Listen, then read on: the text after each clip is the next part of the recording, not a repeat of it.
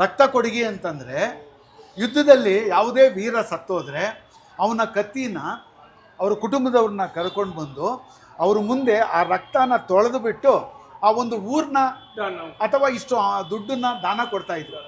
ಆ ರೀತಿ ರಕ್ತ ಕೊಡುಗೆಯಾಗಿ ಇವರ ಕುಟುಂಬಕ್ಕೆ ಕಾಳತಮ್ಮನಹಳ್ಳಿನ ಕೊಟ್ಟಿದ್ದಾರೆ. ಮೂರನೇ ಮೈಸೂರು ಯುದ್ಧದ ಸಮಯದಲ್ಲಿ ಹೈದರ್ ಅಲಿ ಆರ್ಕಾಟಲ್ಲಿ ಅವರು ಮರಣ ಹೊಂದುತ್ತಾರೆ. ಅವರ ದೇಹನ ಕೆಲವು ದಿವಸ ಕೋಲಾರದಲ್ಲಿ ಇಟ್ಟಿರ್ತಾರೆ. ಯಾಕಂದರೆ ಬ್ರಿಟಿಷರು ಮತ್ತೆ ಆಕ್ರಮಣ ಮಾಡಿಬಿಟ್ಟು ವಶಪಡಿಸ್ಕೊಂಡು ಬಿಡ್ತಾರೆ ಅಂತ ಹೇಳ್ಬಿಟ್ಟು.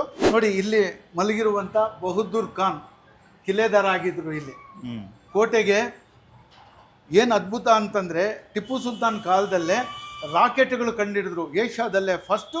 ಆಗ ತಾರಾಮಂಡಲ ಪೇಟೆ ಅಂತ ಕರಿತಾ ಇದ್ರು, ಈಗ ಅದು ಕಬ್ಬನ್ಪೇಟೆ ಆಗಿದೆ. ಅಲ್ಲಿ ರಾಕೆಟ್ಗಳನ್ನ ತಯಾರು ಮಾಡ್ತಾ ಇದ್ರು. ಅದನ್ನು ಉಪಯೋಗಿಸ್ತಾ ಇದ್ದ ಮಹಾನ್ ಭಾವ ಈತಾನೆ. ಒಂದು ಒಪ್ಪಂದದಿಂದ ಮೂರನೇ ಮೈಸೂರು ಯುದ್ಧ ನಿಂತೋಗಿರುತ್ತೆ. ಅದೇನಪ್ಪ ಅಂತಂದರೆ, ಯುದ್ಧದಲ್ಲಿ ನಷ್ಟ ಆಗಿರುವಂಥ 3,30,30,00,000ನ ಟಿಪ್ಪು ಸುಲ್ತಾನ್ ಬ್ರಿಟಿಷರಿಗೆ ಕಟ್ಟಿಕೊಡಬೇಕು.